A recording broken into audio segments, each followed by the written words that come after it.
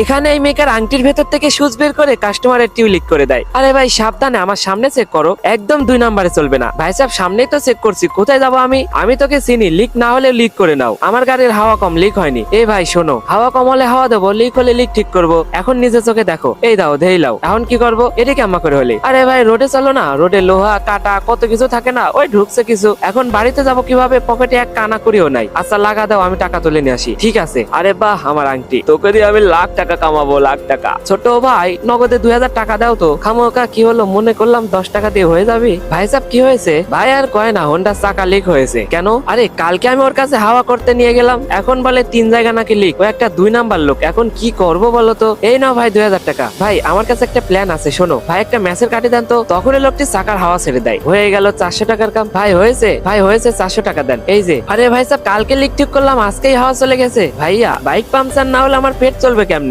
ঘুরিয়ে দাও। হয়েছে, রাখো, বসেন আপনি। আজকে তোর খবর আছে বেটা। তখনই মেকার টিউ লিক করে দেয়। আসো ভাই দেখে যাও। হারাম কর, তোর এখন কি হবে তাই বল। দেখি তোর হাতে কি। আরে ভাই এটা আমার বিয়ের রিং, খুলবে না।